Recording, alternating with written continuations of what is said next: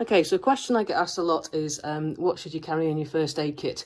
Now, this first aid kit I'm going to show to you here is one that I carry when I'm going remote with my horses. So there are some items that are a bit bigger than you would need to deal with a human incident, but it covers both for me.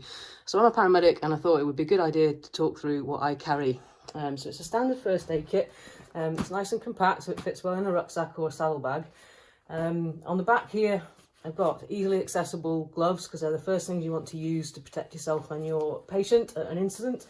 And then also inside here, I've got a pair of tough cut scissors. They're used to cut through absolutely anything. And then if we open the main compartment,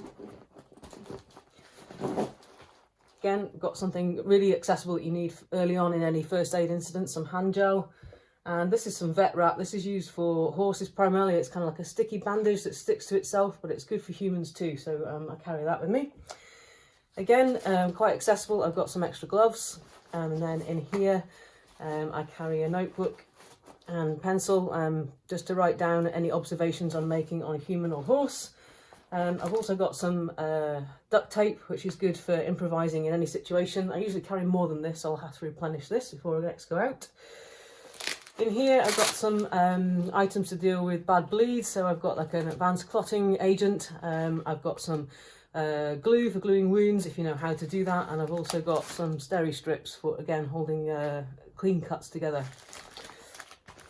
Okay, inside the next compartment, we're still kind of dealing with bleeding. I've got a variety of bandages, triangular bandage, some gauze at the back there, things to soak up some of the blood before you put a bandage on, and to clean a wound before you put a bandage on. I've got a small iPad, not the kind that you carry with that needs electrics, but an iPad for dealing with an eye injury. I've then got a variety of plasters and some alcoholic wipes. I'm not going to close all this up because that would take a while.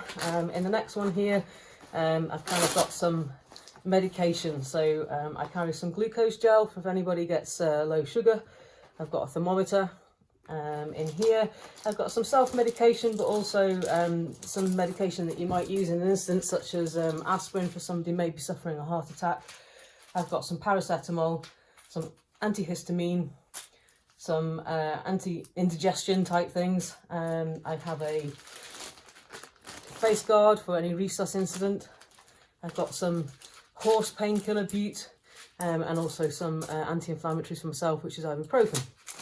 In this little section here, I carry some tick removers. It's very important if you're working in Scotland. I carry a little device for dealing with any bad bites I get. It gives you kind of like a little electric shock, and I find that that really helps to soothe the itch rather than taking lots of antihistamines. And then, because I do an awful lot of walking beside my horse as well, then I have some Compeed for dealing with blisters. Try and catch them early on is my tip.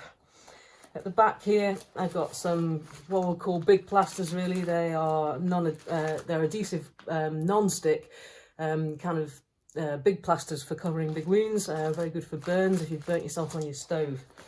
And that's it really. That's all I carry, apart from if I was going really remote and I was worried about sort of bigger incidents happening. Then I tend to take also with me in a Ziploc bag a bigger trauma dressing or two, and some cling film, which can be used for a lot of things, but again is very good for burns. Hope that's helped you decide what to take on with you. Honestly, it does all fit back in. Thanks for listening.